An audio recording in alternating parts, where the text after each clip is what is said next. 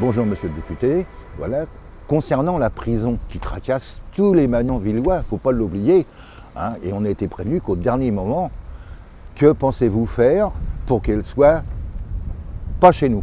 Voilà, parce qu'on aime bien notre tranquillité et pas qu'elle pataquesse, et il y a beaucoup plus près quand même pour les faire juger au palais de justice où ils sont rattachés. Voilà, que comptez-vous faire? En France, les sanctions ne sont plus appliquées et une peine sur deux n'est pas exécutée 6 mois après la condamnation. 20 000 nouvelles places de prison sont nécessaires si nous voulons que 100% des peines soient exécutées et si nous voulons éviter de libérer des prisonniers avant la fin de leur peine parce que les prisons sont pleines.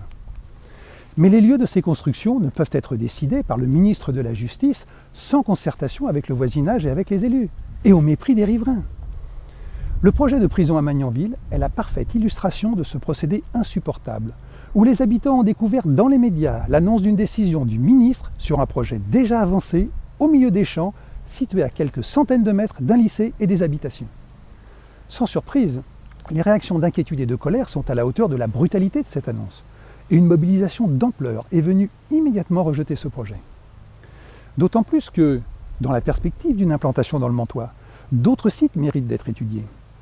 Pour ma part, j'ai proposé au service de l'État que les anciennes carrières cimentières qui bordent la route départementale 113 et qui appartiennent au cimentier Calcia fassent l'objet d'une étude précise.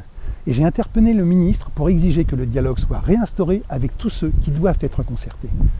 Soyez assurés de mon engagement et de ma détermination pour que ce projet ne puisse être poursuivi en l'état et pour porter les intérêts des populations locales. Aussi, les 12 et 19 juin prochains, pour porter votre parole, j'ai besoin de votre soutien.